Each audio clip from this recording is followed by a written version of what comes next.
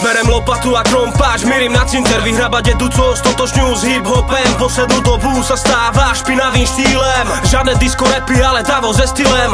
Nenosím brýle cez celú papulu, nepíšem jak ťa naberem ze zadu cikulu. Neodsudzujem komerciu, ale vaše jeble texty mi pripomínajú, že tu mám ešte resty. Hodiť vám do ksichtu, jak to vidím ja, z ruky do huby. Na koncert ťa doveze Jaguar. Dnes je hip-hop pro každého diskača a pro deti. Prachy to je jediné, co stále poletí. Pamatáš, proč si to začal robiť? Keď ti bylo 15, dokolí rýmen zdobiť. To byl jediný cíl, dať namakaný rým. Odlíšiť sa tým od obyčajných ľudí. Na chvíľu zletnúť medzi oblaky, v ruke mic a vyniknúť pred davem. Teraz vidím, jak za špatný rap dostávaš obalky. To, co nás chytlo za srdce, si pleteš biznisem.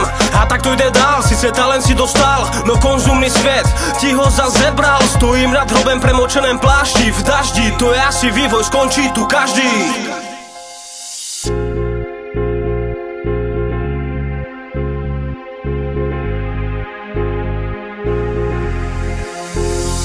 Není to o tom, co máš na sobě, spíš o slovní zásobě. Každý, kdo to poslouchá, tak si to vemte osobně. Poslechni oldschooly a začátky rapu a potom možná zvládneš napsat smysluplnou větu. Hiphopová kultura se asi ztratila, dnešní generace nechápe a tím ji zabila. Než to dělat na piču, nedělej to vůbec. Jednoduchý recept, jak nevypadat tak blbec.